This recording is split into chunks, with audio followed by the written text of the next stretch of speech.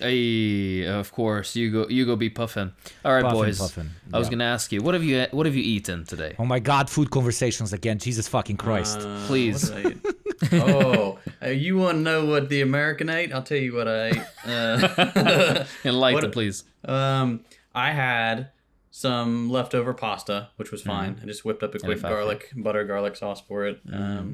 And then I was like, I'm still hungry. I want something sweet. So I bust out my special Jigglypuff mug. Oh, yes. And then I get some mint chocolate chip ice cream. Of course. And I eat a lot of it. And somehow you maintain your beautiful figure. 150, baby, always. Incredible, riveting conversations here on the D program. Afterwards, we're going to talk about the weather and then a little bit about what the temperature is like, etc., etc. What we were talking about before we're recording, what we were talking about was how we plate things, right? And why would you take things out of one container to put into a nicer container when you put it out for guests or for yourself or whatever? And Hugo mentioned grandma made ayvar. And I was like, oh, fuck, ayvar with some cheese and something smoked on like a toasted bread, like a toasted pita. Oh, my God, absolutely. And I'm thinking, and I keep talking about food. And the reason is because it's almost midnight. And I have had a singular plum and some bits of kleches, like the date cookies. I've had two of the date cookies and a singular plum, despite having worked a full work day. Not even a full work day. I have worked more than a full work day. So that is... okay, we now all feel bad. Thank you very much. Absolutely phenomenal. You are superior. You are the best. I am not... God. No. Doctor man. He saved 17 lives. Like, when he was out on his smoke break, he saw a child that was about to get run over by a car. He grabbed the child. He then refused to smoke. Like, the cigarette disappeared from his hand. He turned into Spider-Man, jumped on top of the building, stabbed an IDF soldier, and then joined us here for the D program. Absolutely. Exactly. Speaking of stabbing objectively bad people, did you guys hear? It's like very, very fresh news. Andrew Tate's Hustler University got stabbed, but by hackers. Apparently, some trans hackers hacked that shit. Apparently, there was over 300,000 subscribers. He was making over 5.6 million from basically hustling on people that wanted to be hustlers.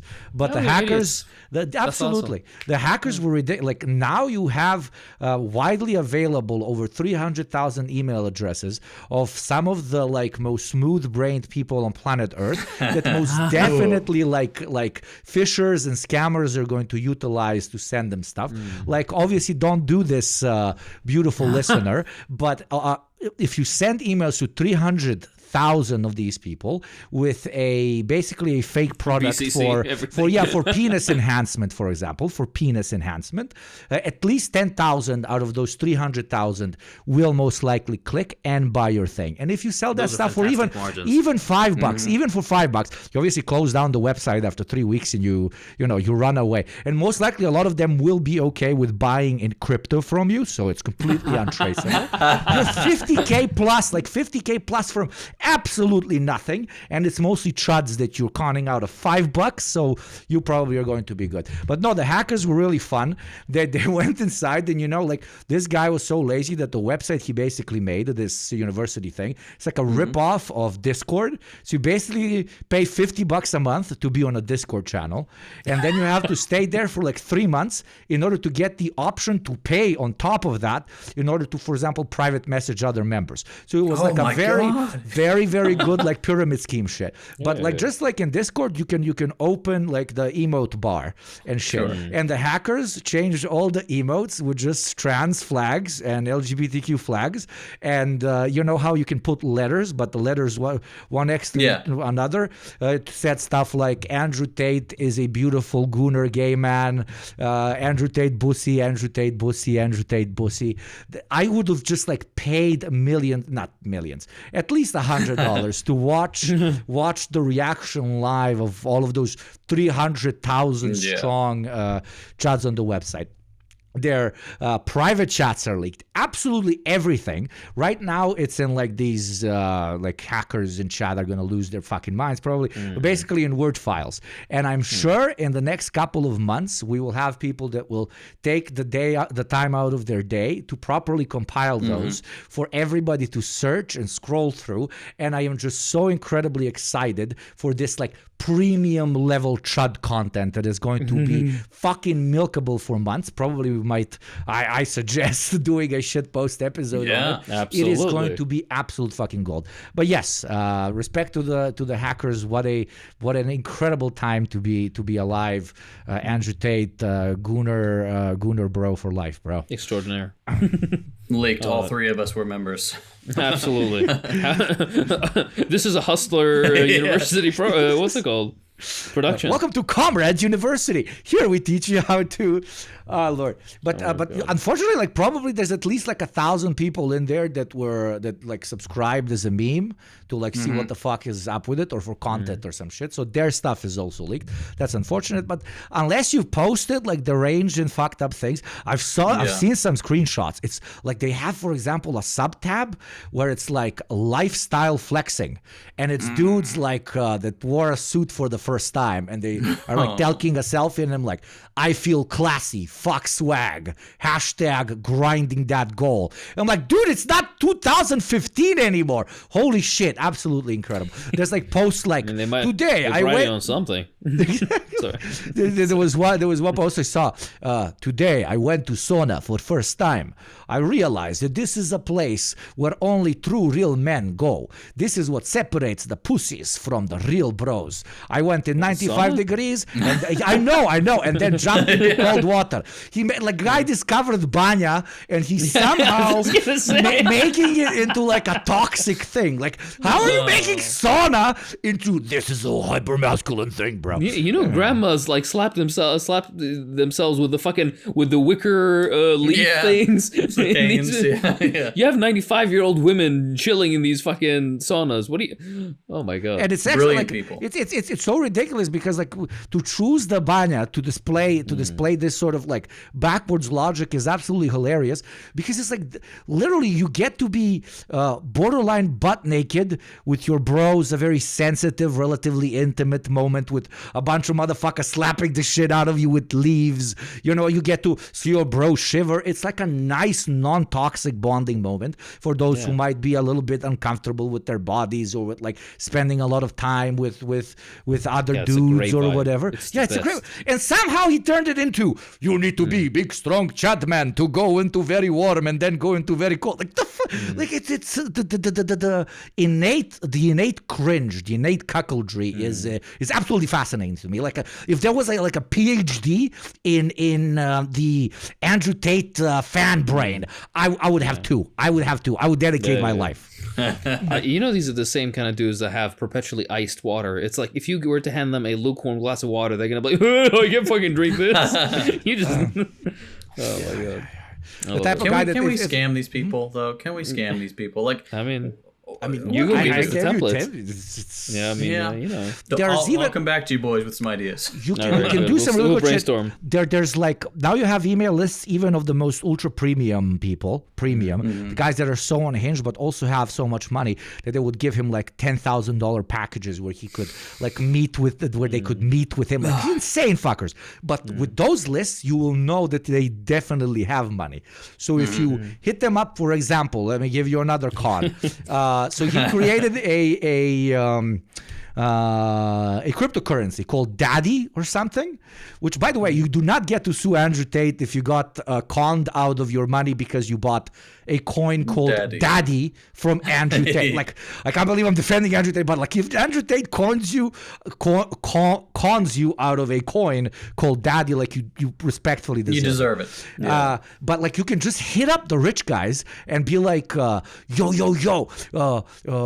Daddy coin just dropped real hard. look how cheap it is with like a screenshot of current daddy price. And then you literally create, because you can, you create a fake coin that's just called Daddy Dot or Daddy One or Daddy X. And those guys, because they're so fucking dumb, in the speed, they're gonna go and like buy up like $10,000 of the fucking coin. And if you get like 100 of those dudes, you immediately sell all your shit. Money. Like there's so many ways. There's so many ways. And like nobody's hurt except a bunch of chuds. So God bless. We do not endorse absolutely any of this. This is not advice. Certainly it's not financially advice. This is just theoretical conversations about crypto by 3 certified crypto bros here at the deprogrammed.com. Buy Deprogram Bitcoin right now. No. What would our coin be called? Probably DPRGX or something. DPRK. We just call DPRK coin.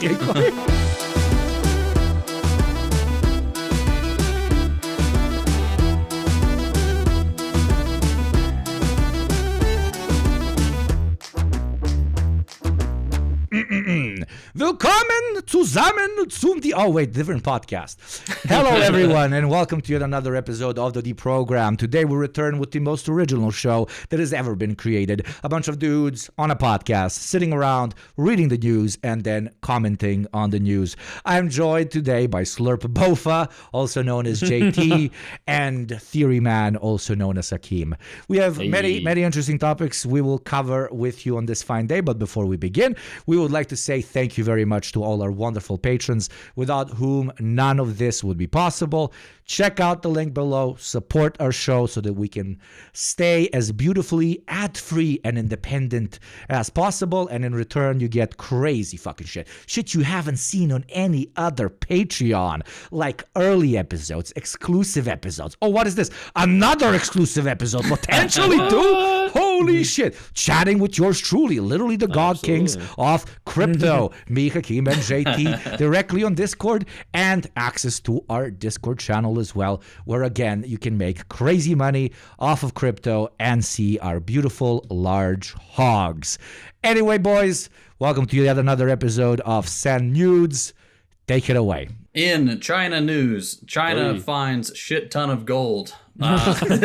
Incredibly based. Yeah, they just kind of lucked into about 83 billion USD worth of gold. You know, it's the meme. It's like, do nothing, keep winning. Do nothing, keep winning. Honestly, they're just like out, I don't know, videotaping pandas at one of their zoos, saying he really embodies the Sichuan spirit. And they find this $83 billion worth of gold, but it's in Hunan province near a big geological park. China was already the #1 gold producer in the world as of last year. Gold producer? They were making gold? Yeah, I knew everything made in China is worse. You see, they produce gold, fake gold. China, But they accounted for 10% of the world's output, which was pretty significant. This find, because they still weren't entirely self-sufficient, they still had to import quite a bit of gold. This large find will help at least make China more self-sufficient in gold, which will make it harder in turn for the U.S. to hurt them economically via sanctions and such, which is great. Very good. It's been a good year overall for China just finding cool shit. They also found one of the world's largest oil reserves in March. There was an estimated 60 billion barrels worth in the Bohai Sea. They also found about 5 million tons of rare earth metals in September.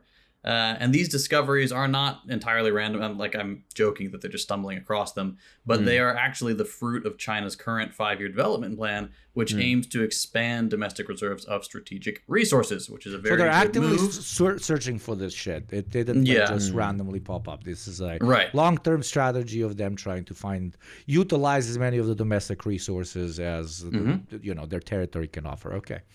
Yeah, especially as the United States flails and just continues like a sanction. They're like, okay, we're just gonna, we're gonna do our best to rely on what we've got domestically. And clearly the plan's going pretty well with how much they've managed to find and insulate themselves. That's the positive of, industrializing a bit later than your main competitor, because like the US, obviously the US is very rich when it comes to oil, but they started exploiting it almost before absolutely anybody else. And we've reached a point in which, for example, domestic U.S. Oil reserves are so low when it comes to, them working on the fucking quote-unquote oil fields that it's almost all fracking at this point, or like fucking oil pumping machines from the 60s and 70s still continuously operating in these like desolate areas of Texas and shit. I don't know where it was, like some of the most like dystopian looking shit. You can look at it from Google Maps, like the main like rooting out of every single dead dinosaur out of the ground. But yeah, but my basic premise is you see, because of that discrepancy, it's very interesting because we're now, China has like a lot of stuff that it hasn't even discovered, but ironically, because of so-called market efficiency in getting resources out, because mostly private interests, the U.S. is at like exiting the door, while China is only entering it when it comes to utilizing their domestic resources. But then again, America just goes to Hakim's house and is like, okay, you're all right now. Knock, knock, knock. Yeah. Sorry. Yeah. Two interesting developments I was gonna say. That really work for China Saver in this is, number one, when it comes to the gold thing, one of the big fears that if you follow the news in these particular spheres, one of the big fears that the American financial system has is that maybe China will decide to institute some sort of gold-backed yuan currency for either trade in fuel like oil and whatnot, or for settling debts, or for general involvement of the trade balance stuff that they've been doing around the world, Belt and Road Initiative type stuff. Either one of these things is dangerous because they can't then devalue it the way that they can devalue other kinds of currencies through ad hoc mechanisms. Of course, China is already difficult to kind of fuck with their currency because they have a fairly strong central bank, and it's in the hands of the central government as well. But likewise, China has a dedicated policy of maintaining a certain devaluation of their currency so that all their exports are still competitive. But the next thing is the Strait of Malacca, which has the like 80 or 90% of Chinese of the oil that China gets from Strait of Malacca. Malacca! Don't you know the Greek? Hey, Malacca! Sorry. For all the Greek listeners that probably react to the same way. Strait of Malacca, Strait of... what was Malacca? Wait, 1 second. Sorry, I'm completely derailing this. Malacca, Greek, 1 second. It means... Malacca's... Friend, no? Commonly used profane Greek slang word with variety of different meanings, but literally meaning man who masturbates. So, the Strait of Gooners. The Gooner Strait, brother. The Strait of Gooners, exactly right. The Strait of Gooners. And I love Hakim was like friend, because like we are friends and we routinely... of course, we goon sesh together. Mutual aid each other's cocks. Absolutely. Oh my God, glaze me up, boy. This is why the people listen. Yeah, exactly right. But anyways, yeah. So up to I think 80 or 90% of Chinese oil imports coming from the Gulf go through the Strait of Malacca, which is a kind of one of these the Gooner Strait, yes, which is one of these choke points for potential like confrontation in the future. So the idea is that it would be very expedient to have their own sources without they wouldn't require to have transferred from Russia or wherever else. So very nice geopolitical developments. It seems like the decades will be happening within days, very weeks, soon. Yeah. So very interesting. That's great. Yeah, good for China. Congrats again, President Xi. You may still fire when ready, but please do send a helicopter for me first. For the market heads, one last thing. The price of gold has surged this year amidst obvious geopolitical tension and inflation. It's currently up about 28% since the beginning of the year. So if you got gold, you're sitting pretty. Oh, yeah, exactly right. I love it. All right, let's quickly transition from the one story that I'm going to cover today, and it's because it's going to take probably a bit of time. And it is the developments in Lebanon. I'm not going to talk about the ceasefire. That I'll leave to my beautiful baby boy JT, but I'm going to talk about the military developments. Okay, so for those who don't remember, just a little while back, a month and a half-ish ago, Israel decided that they want to do some nonsense with Lebanon. They want to do a Lebanon War II Electric Boogaloo after they had their asses handed to them in 82 and 2000, 2006. I'm sorry, it was a short-term special military incursion, okay? Exactly right, yeah. I love it. I love how the war drums were beating, and then they got their asses handed to the first foot they got. They stepped into Lebanon. They're like, oh, no, this is a small scale. This is an excursion. This is a, my God. Yeah, just testing the waters. Exactly right. Anyway, so generally, the thing that's been happening is that they are stuck at the border. A lot of analysts at first are like, oh, the Israelis must be biding time before invading into Lebanon. No, that's not what's happening. They can't actually get into Lebanon because they keep getting their asses handed to them. Just to give you a rough topographic and geographic overview of Lebanon, Lebanon is a very highly mountainous country. It's very difficult to traverse it through normal military, like mechanized military maneuvers, which is how normal militaries occupy territory. You can't just send in infantry and then hope for the best, right? You have to have air power and also mechanized infantry, which means armored personnel carriers and tanks and whatever the fuck to move ahead. Mechs. Exactly right. Exactly right. To provide for to protect forward positions and to penetrate even deeper into the land. Thing is that when you have mountains and valleys and whatnot, you can't really do this. So there's only so many areas that you can use to go into Lebanon. Because of this, Hezbollah and other resistance factions have known that Israel wants to go into Lebanon. So they've been preparing for the good part of 2 decades. Exactly where the ambush points are, where the retreat patterns, how to attack retreat patterns, so on and so forth. Everything that needs to be done is already pre-prepped, and they've been succeeding glowingly. And I'll enter into that in a second. But because of this significant issue, the only thing that they can do is kind of ride up along the coast all the way to Beirut, which is what they did last time, both in the 80s and in 2000. Interesting note, it took them 6 days, I think, in the 80s to reach Beirut. It took them a month to reach Beirut in 2000, or 2006, excuse me. They have not been able to get in deeper than a single kilometer into Lebanon. Wow. This entire period. Now, why is this? What is it that's exactly combo. Happening? It's a combo! But it exactly proves right, over the decades. Yeah. Exactly right. These 65,000 Israeli soldiers that are amassed along the border, which is a huge concentration of forces, particularly for Israel, are prevented, of course, by the terrain, but more specifically, they're prevented by the fact that every time they do get in, they get ambushed by ghosts, essentially is what they refer to it as the reviving ghosts. Basically, because ambushes, people come up from the ground, smoke a bunch of IDF soldiers, and then just disappear into the ether, and these people don't know what fucking hit them. That's more than just the complete destruction of their armored personnel carriers and their tanks and whatnot. Let me give you a rundown of the things that have been just the losses since October 1st. Yeah, right? Please. We are recording November 26th, so it's been basically no time has passed. These are losses that have happened on Lebanese soil, right, or on the border. Basically, this does not include Israel, what's going on in Israel. This doesn't include what's going on in the air, so on and so forth. This is just on Lebanese land. It's since back October watch, 1st. Back watch. Exactly Jesus, right. There's been over clip this. Fuck. Incredibly based. Eat my ass. Incredibly based. War criminals should die. Yes. Anyways, you don't want to get clapped. Don't invade another country. How about that? Yeah. Anyways, so over 110 are killed. Alhamdulillah.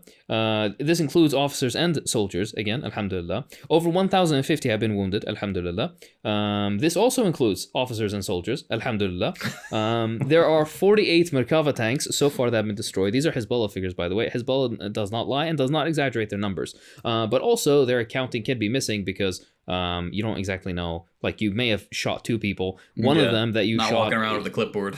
Exactly right. You shot the second dude. He fell over, but you're not 100% certain that he died, so you just count it down as a injured. Yeah, exactly. Yeah. So the most likely number is higher than 110 killed, but just we're sticking by their numbers. 110 killed, over 1,000 wounded. 48 Merkava tanks destroyed. These Merkava tanks range between $5 and $10 million a pop, and that's without all the extra, what do you call it when you get a car and then you get all the extra add-on stuff?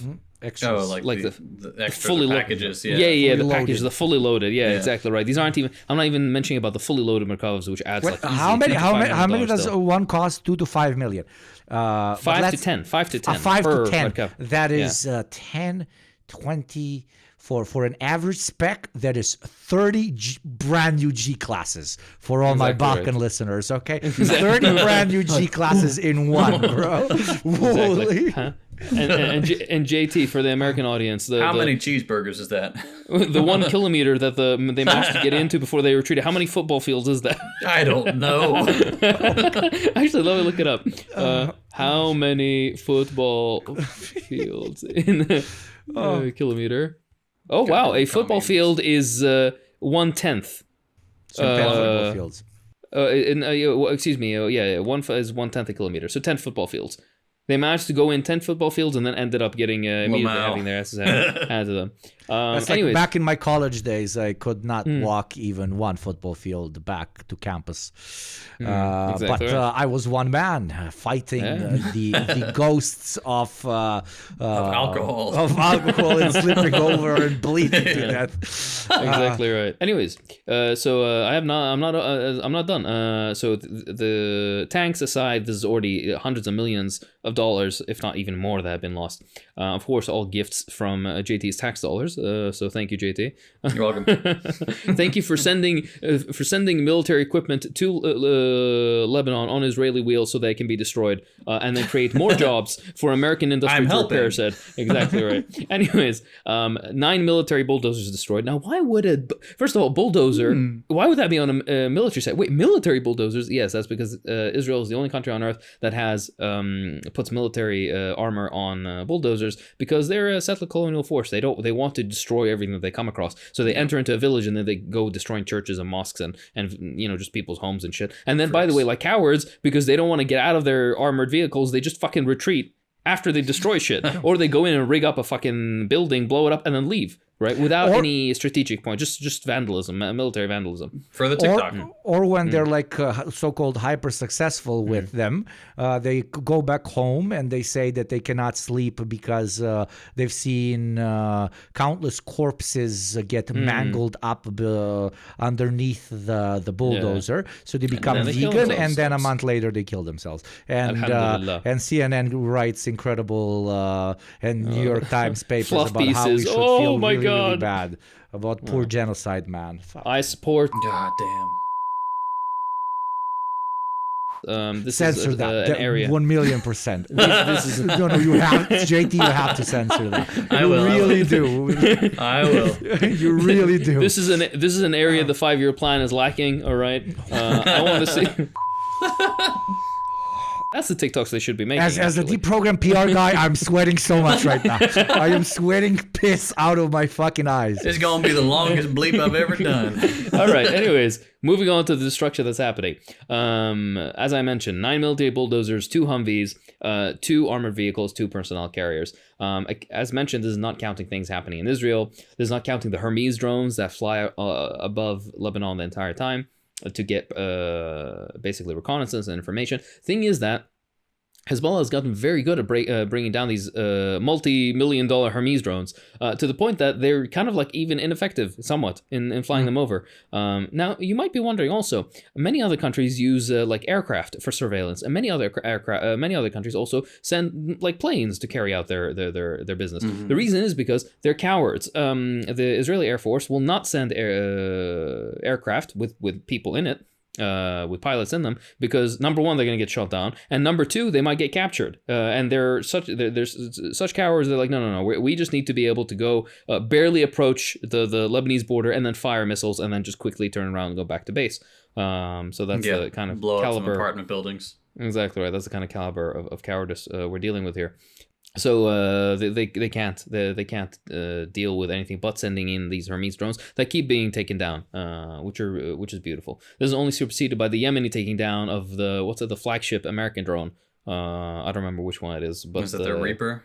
Yeah, the Reaper drones, exactly right. Yeah. Again, multi-million-dollar ones that they shoot out of the sky consistently. I love it. It's like several a month at this rate. There's like 1 or 2 or 3 crazy. A month, and you do know like these are like $20 million, $10 million. Yeah. Like how many schools? That's a lot of what burgers. I saw this? You know what I saw the other day? I saw a American teacher, like a classroom, and she had like a little container, and it was basically not like for tips, but it was like like school supplies. donations to buy school supplies. Yeah. And I'm like, what the fuck? One of these drones. Yeah. Just one of these fucking drones would probably cover up like how much does a fucking stapler cost? Yeah, most schools in the US. Yeah. Jesus Christ. A couple of those drones. Fuck. That's a fair trade. Yeah. My God. Anyways, we're seeing also a severe morale faltering or failure in this. With the reason is because, of course, they're fighting ghosts. They don't know who they're attacking, and they keep getting their asses handed to them. But also it's because Hezbollah, despite them talking about they're striking their positions or we're reducing their capacity, nothing is, by the way, objectively shown. This is just propaganda statements. Hezbollah continues to strike deeper and deeper into Israel. They're now striking as deep as like central, southern Israel, which is... they can reach way farther, of course, but it's kind of like a tit-for-tat escalation. But now they're hitting air bases and military installations. Hezbollah only targets military installations.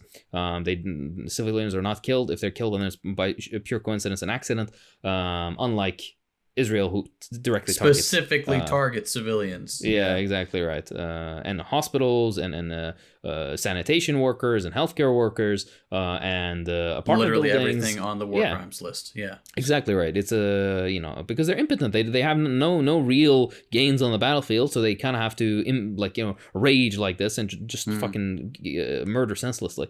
But regardless, because of Hezbollah's deeper and deeper strikes, people are very what's it called? Unmotivated. People are refusing to serve or go into Lebanon. There are people who are gung-ho about going to Gaza and saying, I will not go into Lebanon. The desertion rate has exceeded 20% now, which is a unsustainable rate. That is like there's a critical failure at that point in your military if your desertion rate exceeds 20%. Nice. The ultra-Orthodox, of course, continue to refuse enlistment, and many blessings should be showered upon the ultra-Orthodox, who every time they're there, they're like, oh, you brought us into this den of sin and secular filth, and then you're wondering why the world is turning on Israel when you don't follow the Torah, and you go and you invade and you kill all these people, and you're like, God damn, these people are based. Yeah, they rock. And then they get beat up by Israeli cops. Yeah.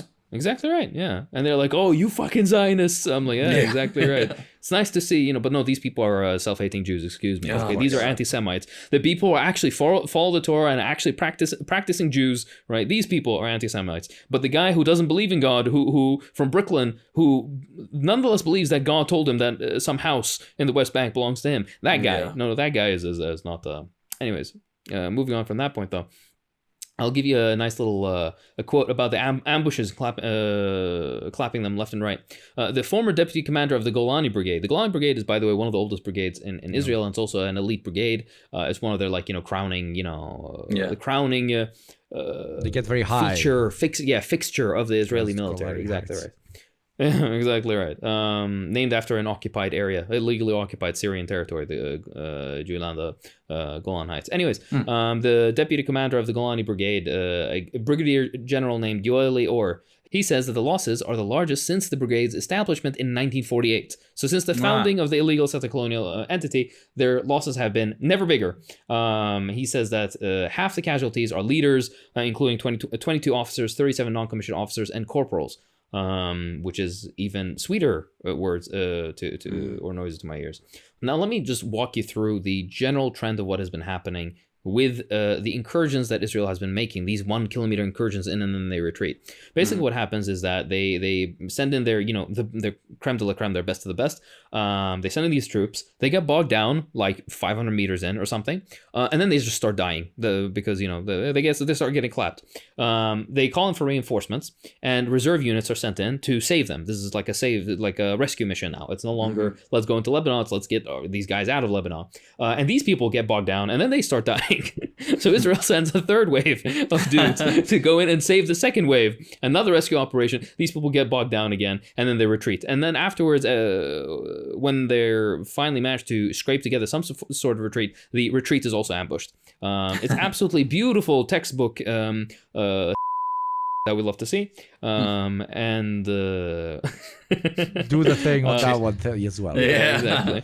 And if you want to know just for like the military history of this, in 2006, the Israeli incursion, illegal invasion, and attempted occupation of Lebanon in 2006 was lost by Israel in this exact same way. They sent in people, they're best of the best with air support and everything, all that.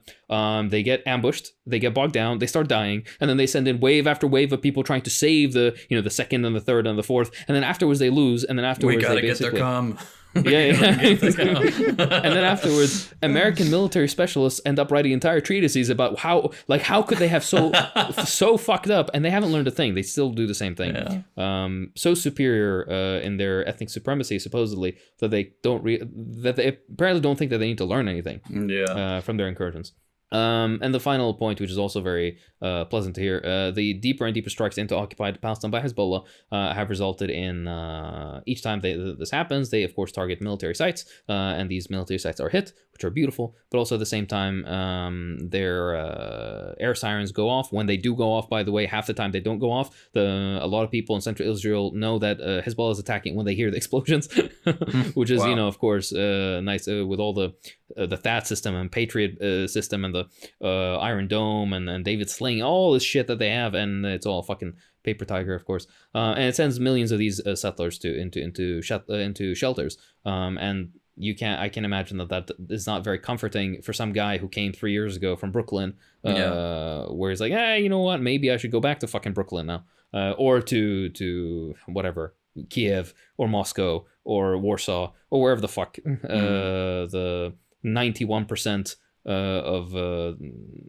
immigrants to Israel or settlers in Israel since the 90s are from, mostly Eastern Europe or the former Soviet countries in North America. So that is my little sit trip, if you will, of Lebanon. They keep getting their asses handed to them, to the point that basically Netanyahu is swallowing the poison chalice and talking about ceasefire negotiations with Hezbollah, which, by the way, are so fucking ridiculous. We're going to get into it. But it's so ridiculous that it's like, okay, Hezbollah will stop fighting us, but we can strike into Lebanon whenever we want. That's one of the stupid. It's a stupid. We'll get into it. Anyways, that's my point. That's my bit. Absolutely, and it leads us exactly into the conversation about the ceasefire, which we didn't have a piece here. At least I didn't see. JT, correct me if I'm wrong. No. A part about the ICC ruling and arrest warrants on Bibi and his best ex-friend from recently, but most of you are already informed about this. Those of you who are not, basically in all the countries that want to live up to international law and are signatories of the treaties of the International Criminal Court, if Bibi or his best friend ever go to any of these countries, they need to be immediately arrested. And it was interesting that even countries like Canada, obviously, like Trudeau, like the worm he is, use specific terminology, but even he said, no, dude, like if the ICC said we arrest them if they come to the territory, we arrest them if they come to the territory, which is a very, very interesting kind of start, in my opinion, a hope-filled start in the shifting of general, even the most mainstream neoliberal countries' perspectives on how the Israeli leadership is supposed to be treated and how they are supposed to be, because at this point, after the ICC has pretty much called for their arrest warrant, they do not have any more ideological bullets to fire back at any pro-Palestinian voice that says, yo, there is mass starvation and intentional targeting of both civilians and civilian infrastructure. That is no longer a thing that they can throw around without a reputable Western source telling them that it is completely insane to say so. But yes, as of the moment of recording this episode, Bibi from Israel has announced his intention to recommend a ceasefire agreement with Hezbollah to his cabinet amidst the ongoing Zionist invasion of Lebanon, which we have heard from Hakeem is going absolutely phenomenally. In a televised address, Netanyahu stated he would share the draft of the ceasefire plan with ministers, potentially marking a pivotal moment in Israel's prolonged 14-month conflict with with Lebanon that they redefine as Hezbollah, and a shorter all-out war that has started since 2 months ago. It has caused obviously immeasurable suffering for the civilian population and of course the local infrastructure, because that's the only fucking thing they know how to target. While Netanyahu did not provide specific details regarding the ceasefire's terms or its effective date, he emphasized that its duration would remain contingent on developments in Lebanon proper, denying to say a continuation of hostilities at a later point is out of the picture, because it of course isn't, as we'll cover later on. The main pitch to the Israeli voting body is pretty simple, that Hezbollah has been significantly weakened, quote, we have pushed them decades back. Now, as we're waiting, of course, as we're waiting for it's COPE, it's classic COPE. Yeah, so we're waiting for a definite resolution. Israeli forces have intensified their airstrikes, particularly in the last 2 days targeting Beirut.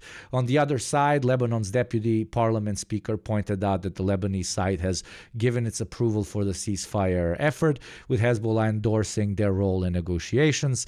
Key provisions in the potential ceasefire include the implementation of UN Security Council Resolution 1701, which previously sought to limit Hezbollah's military presence near the Israeli border. This resolution calls for Hezbollah to withdraw at least 30 kilometers from the Israeli frontier, ultimately allowing Lebanese armed forces to take security over at the border area. International oversight of any ceasefire is expected to be provided by a committee comprised of representatives from 5 countries, including the US and France, which were, actively participating in these negotiations, aimed at ensuring adherence to the so-called truce, something listeners should take with obviously a heavy grain of salt. As we've seen in the past month and a half to 2, Israel has totally disregarded any peacekeeping forces on the ground in carrying out their offensive, sometimes even directly targeting them. Yes, I'm talking about the guys with the blue helmets, right? The UN, of course, had no power to react except by throwing tantrums, because it holds no real power unless backed by the Americans. Despite this very bare minimum, a ceasefire in a completely unnecessary conflict, Israelis' most insane political factions, notably National Security Minister Ben Gvir, have expressed strong opposition at any ceasefire deal, declaring it a missed opportunity to completely eliminate Hezbollah. I don't know what fucking planet those guys live on. I mean, they live on the same one, but they want to score political points with which always is a fucking insane thing of me to say, but even more staunch ultra-nationalist, war-hungry animals that are part mostly of the military, etc., etc. Now, Lebanon says at least over 3,700 people have been killed in the country since October 2023, most of them in the past 2 months. To put things into perspective, Israel either treats the current incursion, that is in my opinion, as a stepping stone to the complete destabilization of Lebanon and begins a ceasefire now, only to be broken either a couple of months or a couple of years in the future, or it spreads its resources and international reputation, whatever's left of that, even thinner by continuing the second front of its so-called war. In both cases, the continuation of war is probably unavoidable today or tomorrow, as Israel's continuous existence in its current colonial apartheid form will, it obviously will never be acceptable by pro-Palestinian groups in pretty much all of their neighboring countries. But hey, I don't know, Hakeem, you can correct me if I'm wrong, but any stoppage of mass suffering for however long in the form of a ceasefire is a good thing in my book. Of course, as long as it's actually a ceasefire and not Hezbollah stops firing missiles, but Israel can still strike whenever they want. And by the way, also, like a side commentary point, right now, Hezbollah is close to the border, as they should be, and the Israelis kind of pulled out away from the border, aside from their forward positions where they have their forces. With the ceasefire, what this would mean is that Israel would be able to bring basically everything right up to the border, but Hezbollah would have to pull back behind the Litani River, right? It's basically trying to weaken the Lebanese position prior to an upcoming invasion, which is the stated goal, by the way. They started putting out fucking statements about how they want to settle in southern Lebanon, how southern Lebanon actually belongs to Israel. There's fucking mock-ups of like housing estates that they want to, this usual settler shit. The usual settler shit. So it's not gonna... It's Hezbollah is not going to say yes to this. And by the way, the most important thing is Hezbollah has tied their cause with that of Gaza. If there's no ceasefire for Gaza, then there's no ceasefire in Lebanon. It's as simple as that. So the media is making a big deal of this intentionally so that they can be like, oh look, the Hezbollah is refusing. Oh, the Israelis are extending an olive branch, and the typical nonsense where it's like, oh yeah, well you kill thousands of people, if not hundreds of thousands of people, and then afterwards when it starts going badly for you, you feign wanting to give peace. And then when the other side refuses it because you give them completely ridiculous preconditions, then you can pat yourself on the back like, oh, I'm the peaceful dove and they're the fucking backward brown n-word all or that. even if they accept it in some case, you then just restart what you've been doing previously, or you wait for another reason for an all-out incursion, invasion, or just continuous fucking shelling. It's but obviously no rules apply to Israel, so you can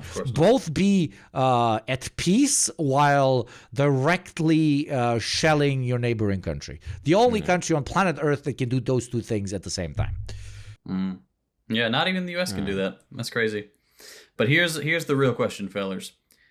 Does Netanyahu get bonked by the CIA, or does he live out his days in Miami? He lives out his days in Miami, fucking cushy best friend of the establishment. What are you talking about? The guy gets standing ovations when he goes to... No, man. We're going to have to see pictures of him in flip-flops and linen shorts for the rest of our lives. No. I want him to have the easiest, most coasting life when he is, so that we can maximize his suffering in the afterlife. My God. Jesus Christ. No flame is hot enough for this dude. And by the way, all the people who share his beliefs, Netanyahu is not an individual. This is a ideological belief and conviction that there are thousands of people, if not many more, that hold these kind of beliefs. The vast majority of them hopefully can be re-educated, but the top echelon who are actively engaged in the genocide, no, these people need to be Nuremberged and worse. Yeah. Yep. But if history is any indication, we're going to be hiring him. We're going to bring him to NASA. We're going to bring him to the Pentagon. Any war criminals who are looking for a job. Dude, he's going to consult for the Democratic Party. I bet you. He's going to come. He's going to be a fucking Democrat staffer. Keynote speaker, yeah. Like $500K per speech, keynote speaker. I can absolutely see it, dude. All right, let's move on. And then eventually, even get a U.S. citizenship and even start an alternative career. He is a U.S. citizen, Habibi. He carries both. Yeah, absolutely. And not only is he a U.S. citizen, he has 4 different social security numbers or something. Something very weird. And by the way, there's a lock. You can't. You can't look. It's strange as shit.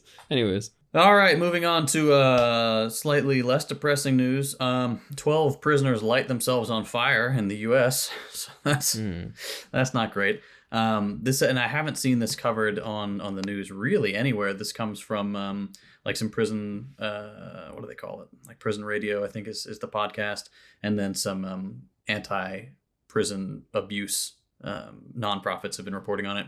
But over the course of just 2 weeks, a dozen Black inmates at Red Onion State Prison in Virginia set themselves on fire in an attempt to escape what reports have called extreme racism, abuse, and inhumane conditions.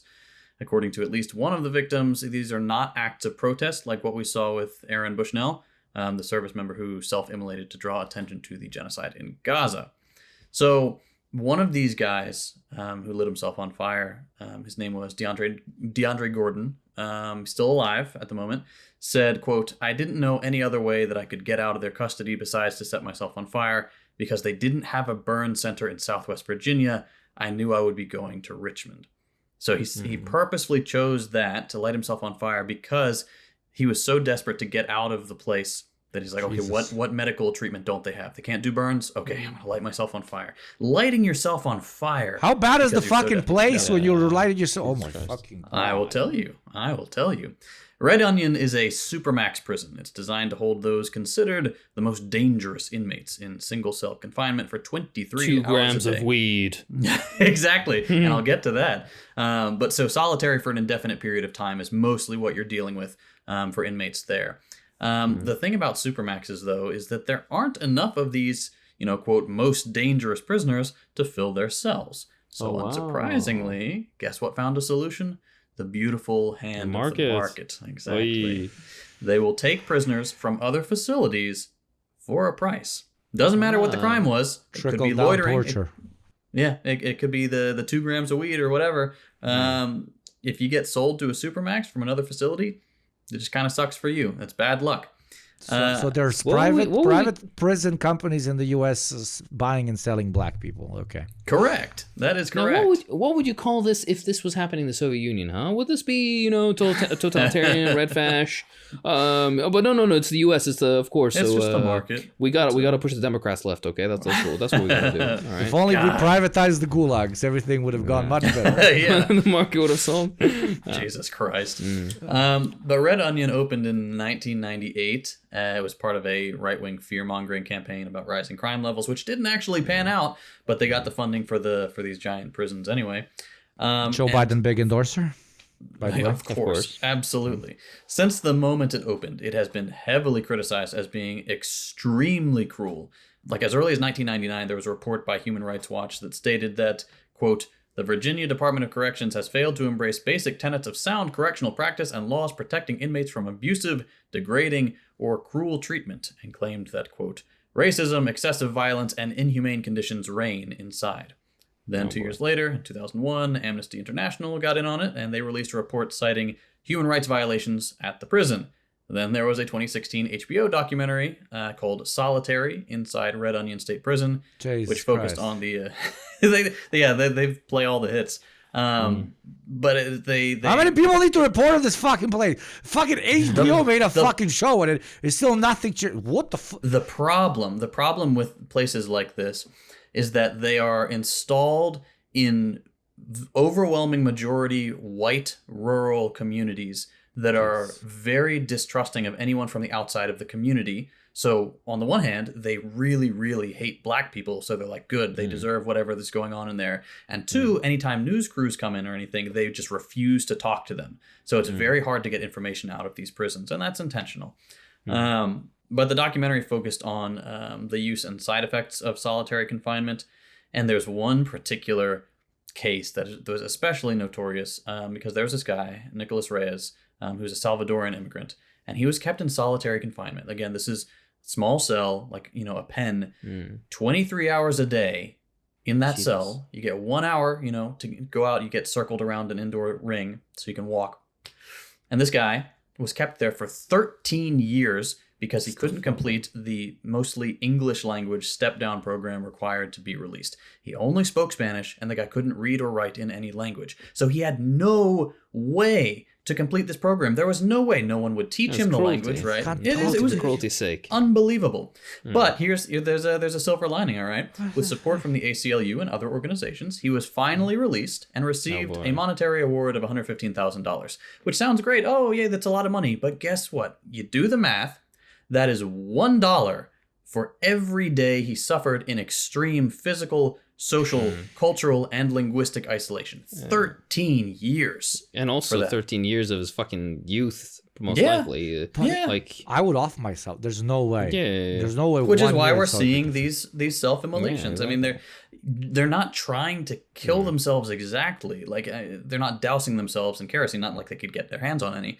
But they are finding ways to hurt themselves so badly that medically they have to be shipped out. They have to be shipped out. And that's their only recourse. And what happens is they get shipped out, they get treated for these burns, go right back in. Yeah. Holy shit. Back in. I guess for those on the know, when it comes to solitary confinement, which is a very barbaric treatment regardless, but even official, like, quote unquote protocol, quote unquote, is that you shouldn't be kept longer than 10 days. The idea is because after 10 days of solitary, so then you start to develop, like, you begin to break down mentally. And it's not so much the solitary itself, it's the lack of mental stimulation. You don't talk to anybody, you don't see anything, you're in a dark room with a little slit, and that's it, right? You don't have any books you can read, there's nothing to do, you're just in a fucking hole, right? It's an incredibly inhumane form of treatment. I can't even imagine it personally. I can't even imagine. But yeah, that's the state of supermax prisons and the carceral system in general in the United States. And so if you ever need something to talk about prison in the United States with family members over Thanksgiving or Christmas, I guess when this episode comes out, supermax is your way to start the conversation. Because it is barbaric. Maybe the U.S. judicial system will execute another innocent man. Despite countrywide protests. Well, maybe that's what's going to happen. Yeah. Before Thanksgiving. We'll see. Fingers crossed. Christ almighty. Speaking of intentionally damaging yourself, even though it's not intentional, it's systematic because we're Marxists here, etc., etc. Systemic apologies. Let's talk about a whole country, basically, on the verge of maybe doing this. But, keep in mind, all our beautiful Romanian comrades, this is, not funny to them at all.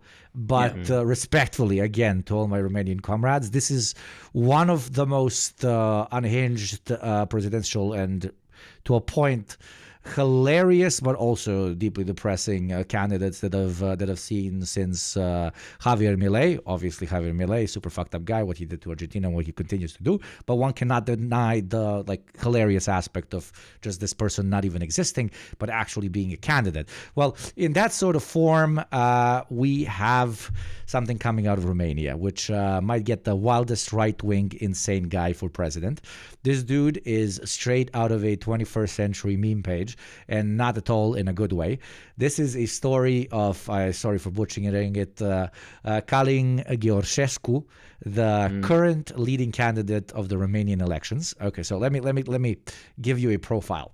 The 62-year-old TikTok star started his online fame with epic hyper-masculine clips of kicking ass in judo, killing it on the racetrack, and riding horses over the Romanian countryside.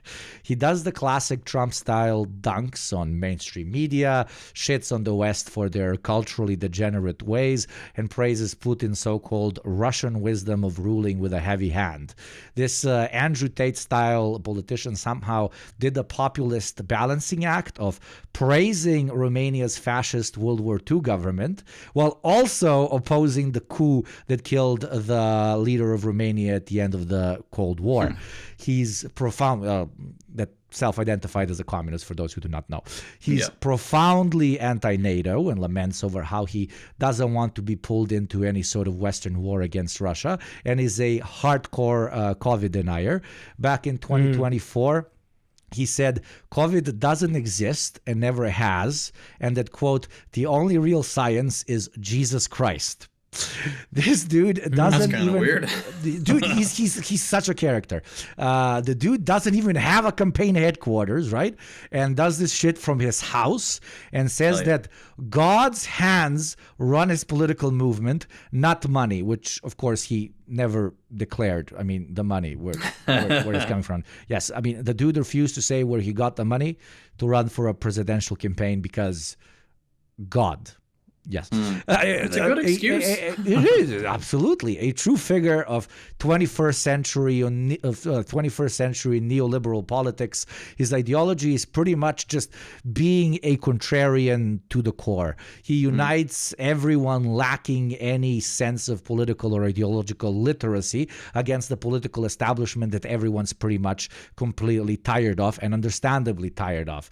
A Romanian Javier Milei, as I said, just as Javier Milei was Argentina's Trump. The new era of scream like crazy and say the opposite of whatever the current political party in power says is contributing to what seems like the future of modern politics around us. And it's as hilarious as it is terrifying. The true fourth political way, my dear friends, and it's called just contrarian, just like contrarian. That's it. Hell yeah. Wishing our comrades in Romania well. Godspeed. I hope Jesus comes to every home when there's a new pandemic. I mean, I don't, but you have to give it to him, like character. Okay, character. Yeah, he's a character for sure. So many, like, how do you be like when we were in World War II, fascists very good.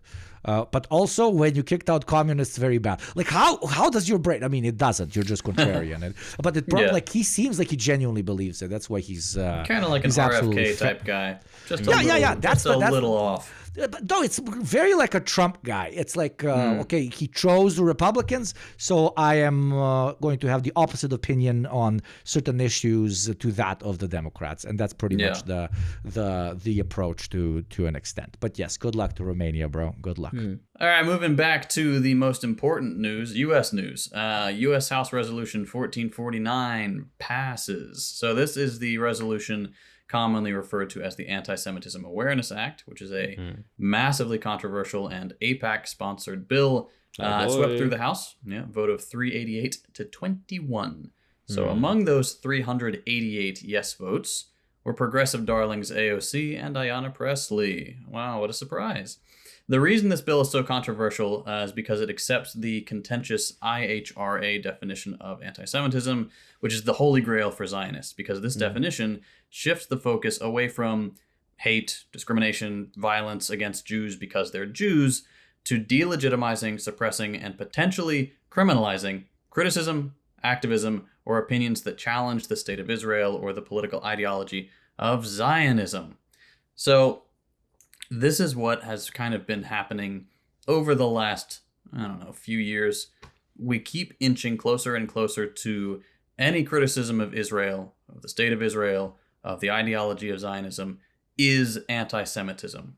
And so that inherently shuts down any argument that could be made to stop funding Israel, whether that's, in quote unquote peacetime, where we're just, sending our troops over there and using them as an unsinkable aircraft carrier, or during this genocide, or this more intense period of the genocide, where we're shipping them Iron Dome batteries, where we're shipping them all sorts of drones and rockets and small arms and armor and all that stuff.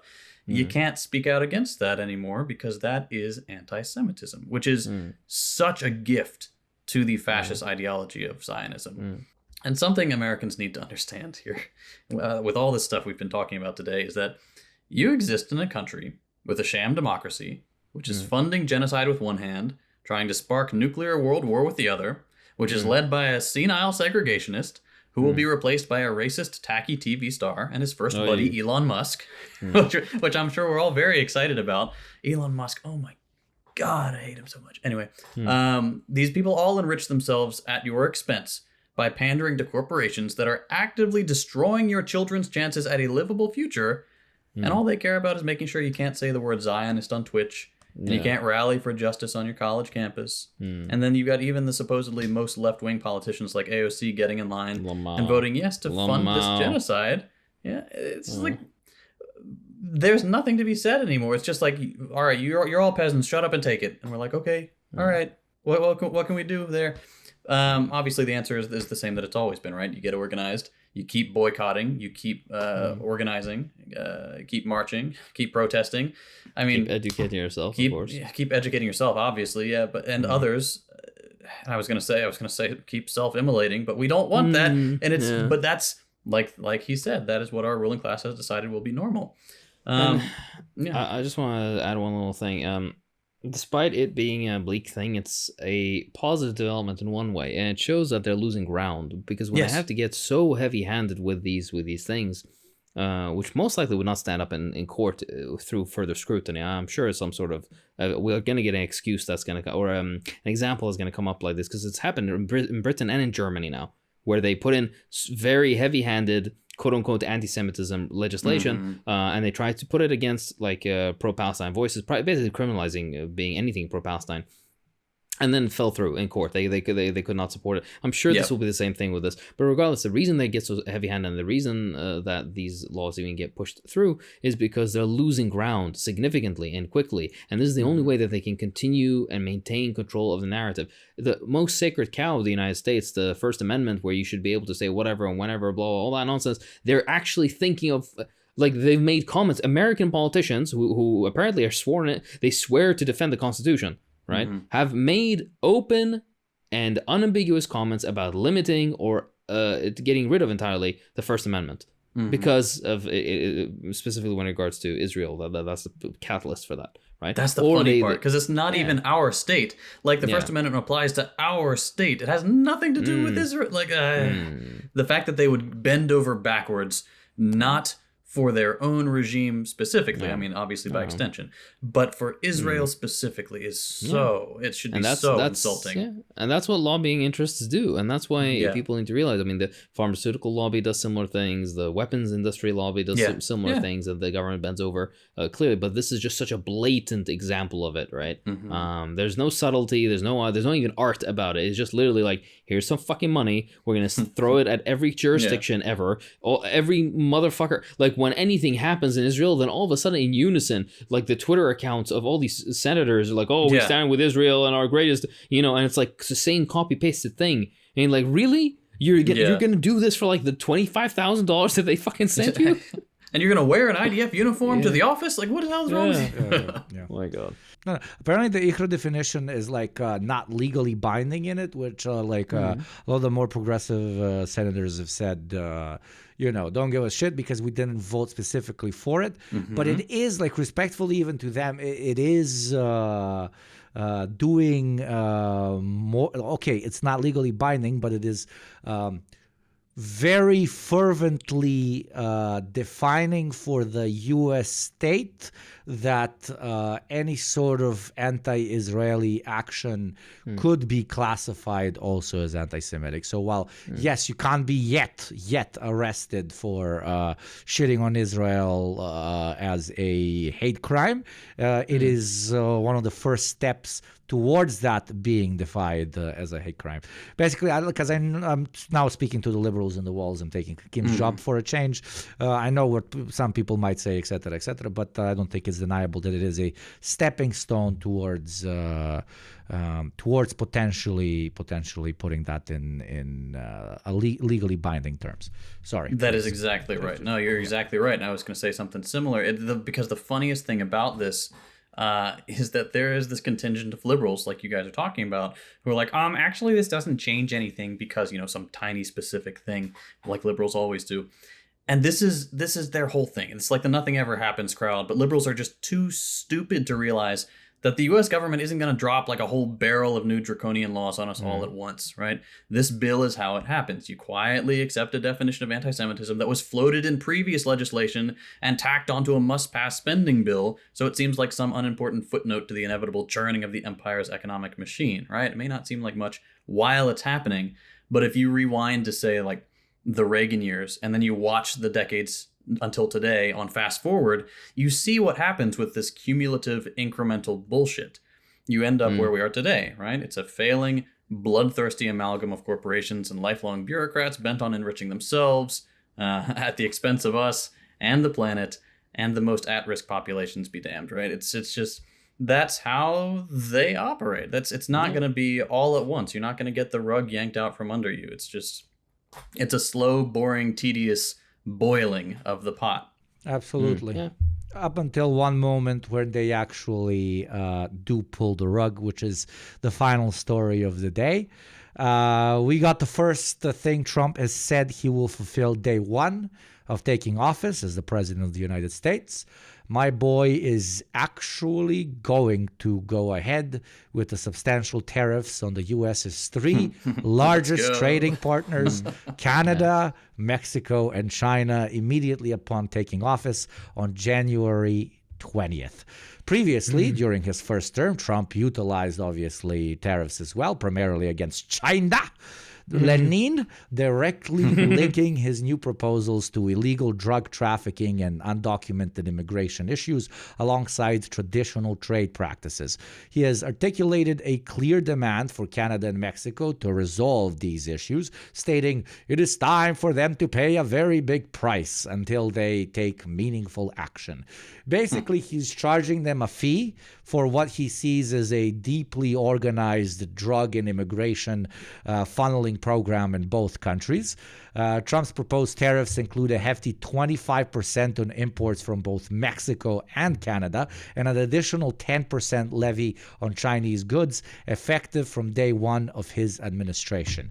This insane move obviously raises questions about whether these tariffs will be supplementary to previously discussed rates during. You don't like inflation? Is that you want some more? Let me inflate this cock right on your face, baby. Yes, please. Yeah, absolutely. Back then, he had floated the idea of tariffs upwards of 60% on Chinese imports, and even significantly higher on vehicles sourced from Mexico. While unveiling this tariff plan, Trump said that these measures would remain until progress is made on curbing the influx of drugs like fentanyl from China and managing the southern U.S. border with Mexico. Like, he's literally mixing apples and oranges, but intentionally, for our audience to understand. He knows the tariffs will continue until morale improves. Literally, like unironically, he knows that whenever his audience, especially the like strong patriotic chuds, whenever that part of his audience hears either of those two very scary words, immigration and drugs, they'll eat right out of his hands. Even most likely, we will see, this is my pitch, even when we see this directly impacting the economy, they will call on patriotism, because this is what we will use to force these countries into minimizing, again, influx of immigration and drugs, which is a much more complicated and longer general imperial conversation. But some of Trump's allies that are trying to make him sound smarter for the other part of his audience and voting body are implying that these tariffs may primarily serve as a leverage for negotiations with foreign countries rather than as definitive measures. Basically, their pitch is America is now showing that it is very willing to use this, one would argue very archaic, but whatever, even in a capitalist economy, model of economic warfare against even them. So when they negotiate not just with China, Canada, and Mexico, but with any other country, they can go and tell them, listen, or we will do the same thing that we just did to them, which is fuck up our own economy, which is, I guess, a bravo. I will listen to me, or I will stab myself in the leg. Very badass. This is going to be the dumbest civil war in history, because everyone's just going to be fighting each other over perceived slights, and it's not going to be over anything significant. It's going to be, my treats are expensive. That's literally all it's going to be. And the war of the treats. Yeah. Oh, but you must tolerate your expensive treats, because if you have cheap treats, there's gonna be Mexicans in your country. You know, it's either expensive treats or Mexicans. Oh, lovely. Anyways, it's gonna be a race war. It's gonna be a race war because they think Mexicans are driving up the price of treats. Jesus Christ, it's beautiful. I mean, it's horrible, but it's, Canadian Prime Minister, and of course, cock in charge. We cannot all be like our dad. You see, today I praised Justin Trudeau, and I shat on Justin Trudeau, just so nobody gives me shit for liking the French too much here in the chat. Before anybody comes in, he's Canadian, he's not French. Let's be honest here. Okay. Justin Trudeau has responded to Trump's announcement by basically begging for negotiations. It's if I was a Canadian patriot, I would feel very like, the fuck. Following Trump's announcement, financial markets, of course, went crazy, with both the Canadian dollar and the Mexican peso dropping significantly against the US dollar. The Chinese yuan also experienced a small decline alongside broader downturns in Asian stock indexes. The immediate repercussions of these tariffs would lead to increased costs for these nations when exporting goods to the US, likely resulting in heightened prices for, guess who? Consumers within the U.S. economy, and even most likely will lead to salary cuts. Economists have estimated that even modest tariffs could incur significant economic costs, particularly also for America's one of their best friends up until, I guess, now, Canada, where trade with U.S. heavily relies on petroleum and vehicles. Long term, most of our listeners probably know this, as Hakeem mentioned immediately in the beginning about inflating our large cocks, you will have inflation spikes in the U.S. economy, complicating monetary policy for the Federal Reserve and potentially destabilizing global trade relations. Other analysts propose that Trump's approach may be designed to kickstart renegotiations of the United States-Mexico-Canada agreement, seeking to reshape trade terms even further, despite literally the agreement's recent establishment under his own presidency. It's schizoposting as a president, literally. So yeah, he's going through with it. Basically, I mean, there's still a bit of time for him to change his mind. Yeah. I don't know which lobby groups might hit that, because it will objectively also hit some billionaires' pockets, and as we all know, they're the only ones who decide. So we might, but I really doubt it. He's been very vocal about this. So yeah, he's going through with this. Just the pitch is no longer herder economy, which was the main one during the election cycle. It's more like herder immigrants and drugs. To say we saw this coming here on the show would be a massive understatement on our already massive, engorged, throbbing egos. Exactly right. Well said. Well, that's a lot of good news today, I think. Right, fellas? Yeah, exactly right. The Chinese gold and the idea of soldiers dying. Some good news, yeah. Well, there you have it, our beautiful piggies. We filled the trough, and I hope you slurped. I hope you slurped long and hard at that trough. We filled it with the premium slop today. So again, we would like to thank all our wonderful patrons. We really could not do this without you guys. Genuinely, we say this every time, but it sucks making content as a lefty on the corporate platforms. It is really, really hard. So we do, from the bottom of our dirty commie hearts, appreciate you. We thank you very, very much. We love each and every one of you. Mwah! So if you'd like to help support the show, get all the perks Hugo mentioned at the start, do consider signing up at patreon.com/thedeprogram. This has been The Deprogram, the aforementioned program I've just mentioned several times. I'm JT. I'm Hakeem. And I'm your Gopnik. I always have one. Come on. Hey, finally we've got one where you don't have a quip. Let's go. I'm going to keep it going. I'm going to keep it going until you come up with a quip. Something related. That's him gooning, by the way. That's why he's not there yet. That's why he doesn't have to. The Malacca Strip shall flow and throb for many years. There you go. The Gooner Bravo. The Gooner Strip. That's fucking bro.